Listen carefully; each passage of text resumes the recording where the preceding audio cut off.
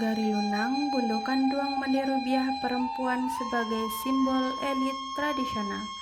Hikayat Cindomato dikisahkan tentang Bundo Kanduang yang mengirap ke langit bersama Dang Tuanku untuk menghindari peperangan dengan Imbang Jaya. Namun, menurut versi Nagari Lunang, Bundo Kanduang dan Dang Tuanku justru berhijrah ke Nagari Lunang. Bahkan, Cindomato juga menyusul Bundo Kanduang dan Dang Tuanku ke Nagari Lunang. Kalau Sanak pernah membaca hikayat Cindomato, di mana di dalamnya dikisahkan ketika Imbang Jaya menyerang Pagaruyung, Bundo Kanduang dan Dang Tuanku mengirap ke langit. Tapi, tahukah Sanak, di ujung selatan Provinsi Sumatera Barat terdapat sebuah nagari yang dipercaya sebagai tempat persembunyian Bundo Kanduang. Untuk menghindari perang tersebut, Bundo Kanduang berganti nama menjadi Mandirubiah. Mandirubiah merupakan elit kekuasaan tradisional di tingkat nagari yang tidak dimiliki oleh nagari-nagari lainnya di Minangkabau, yang menyiratkan besarnya peran Mandirubiah dalam penyelenggaraan adat dan agama di nagari. Lebih lanjut kita simak video tentang Nagari Lunang. Lunang adalah sebuah nagari dan juga nama kecamatan di ujung selatan Kabupaten Pesisir Selatan. Lunang pada awalnya adalah sebuah nagari di Kecamatan Pancung Soal pada tahun 1999. Nagari Lunang dan Nagari Selaut dimekarkan dari Kecamatan Pancung Soal menjadi satu kecamatan sendiri, bernama Kecamatan Lunang Silaut. Pada tahun 2009, Nagari Lunang dimekarkan menjadi 4 nagari, dan di tahun 2011 dimekarkan lagi menjadi 10 nagari. Pasca pemekaran Nagari Lunang menjadi 10 nagari, Kecamatan Lunang Selaut dibagi menjadi 2 kecamatan, Kecamatan Lunang dan Kecamatan Selaut. Wilayah Nagari Lunang inilah yang pada akhirnya menjelma menjadi wilayah Kecamatan Lunang. Hanya saja saat ini Nagari Lunang telah terbagi atas 10 nagari pemerintahan. Nagari Lunang memiliki batas dengan nagari. Ada Tapan dalam wilayah Kecamatan Ranah Ampek Hulu Tapan di sebelah utara, dengan Nagari Selaut di sebelah selatan dan barat, serta dengan Kabupaten Kerinci di sebelah timur.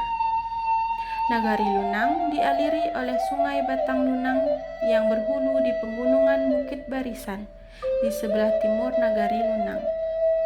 Batang Lunang mengalir ke arah barat hingga bermuara ke Batang Tapan dan berlanjut hilir bermuara di Muaro Sakai, Nagari Indrapura.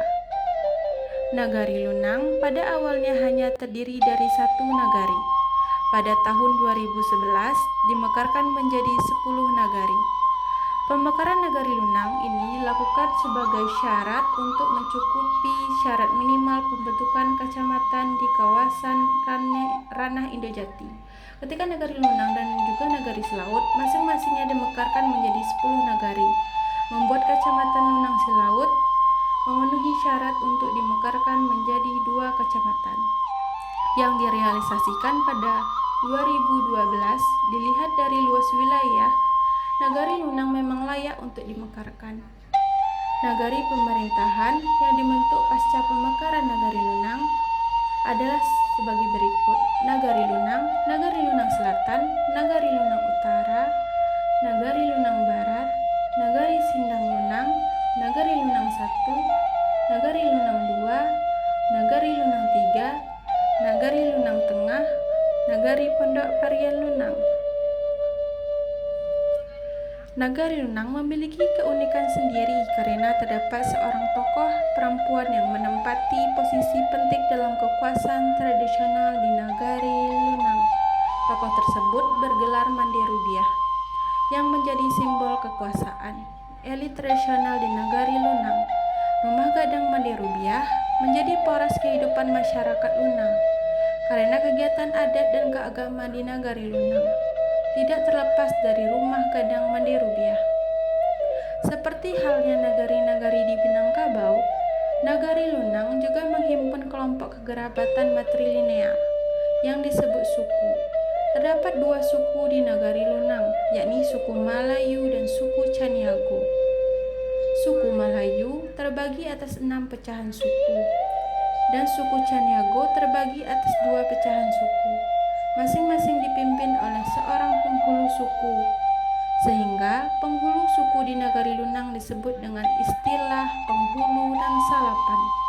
Suku-suku di Nagari Lunang pada umumnya tersusun atas sejumlah kaum, di mana setiap kaum memiliki gelar datuk yang berbeda, yang pemakaiannya digilirkan dari satu kaum ke kaum yang lainnya. Gelar penghulu suku berbeda dengan di setiap suku, dan sifat pemakaian gelar ini serupa dengan Nagari Indrapura. Hanya saja jika penghulu suku di Indrapura disebut Rangkayo, di Nagari Lunang tetap disebut Datua. Berikut kita tampilkan 8 suku yang ada di Nagari Lunang dengan gelar datuknya yang membentuk penghulu dan salapan. Ke-8 suku tersebut adalah suku Caniago Patih, suku Caniago Makota, Malayu, Malayu Tengah, Malayu Kecik, Malayu Durian, Malayu Gadang, dan Melayu Gedang Rantau Ketaka. Nah, sekarang kita bahas tentang sosok perempuan yang menjadi tokoh sentral elit tradisional yang ada di Nagari Lunang. Beliau adalah Mande Rubiah. Mande Rubiah memiliki kaitan dengan Bundo Kanduang dalam Kerajaan Pagaruyung. Jika dalam hikayat Cindomato dikisahkan tentang Bundo Kanduang yang mengirap ke langit bersama Dang Tuanku untuk menghindari peperangan dengan Imbang Jaya, namun menurut versi Nagari Lunang, Bundo Kanduang dan Dang Tuanku justru berhijrah ke Nagari Lunang. Bahkan, Cindomato juga menyusul Bundo Kanduang dan Dang Tuanku ke Nagari Lunang ini. Untuk sejarah lengkapnya, silakan sanak pergi ke rumah Gadang Mande Rubiah yang berada di Nagari Lunang. Nah, jika sanak tertarik dengan kisah Mande Rubiah yang memiliki kaitan dengan Bundo Kanduang dan Dang Tuanku dan Cindomato ini, inilah tempat-tempat bagus yang harus sanak kunjungi ketika melihat di Nagari Lunang. Apalagi Nagari Lunang ini berada di jalur lintas barat Pulau Sumatera. Yang pertama, rumah Gadang Mande Rubiah. Rumah Gadang Mande Rubiah berada di Kampung Lubuk Sitepung, tidak jauh dari jalan lintas barat Sumatera yang menghubungkan kota Padang dengan kota Bengkulu. Jaraknya sekitar 500 meter dari jalan besar. Rumah Gadang Mande Rubiah berbeda dengan arsitektur kebanyakan rumah gadang di dataran tinggi Minangkabau. Rumah Gadang Mande Rubiah tidak memiliki atap gonjong, tetapi dengan atap yang relatif datar, seperti kebanyakan rumah adat etnis Melayu.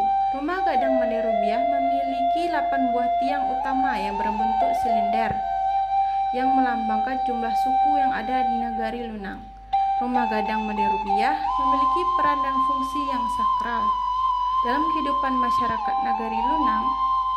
Penyelenggaraan adat dan agama di Nagari Lunang sangat berhubungan dengan rumah gadang tersebut. Kegiatan masyarakat tidak terlepas dari rumah Gadang Mande Rubiah, seperti penyelenggaraan salat tarawih 4 malam di rumah gadang tersebut, takbiran Idul Fitri, Maulid Nabi, dan hari kedua setelah Maulid Nabi di Masjid Nagari, rapat Nagari, atau upacara perkawinan. Rumah Gadang Mande Rubiah juga menjadi tempat berlangsungnya rapat adat Nagari, seperti halnya setiap tahun pada hari kedua setelah Hari Raya Idul Fitri. Nagari Lunang ini ada tradisi di setiap tahunnya yang dinamakan tradisi menjelang atau istilah di daerah Lunang ini adalah prosesi adat bercampur agama yang telah mentradisi di Nagari Lunang. Prosesi adat tersebut seperti menyambut Hari Raya Idul Fitri yang dilangsungkan di rumah Gadang Mande Rubiah.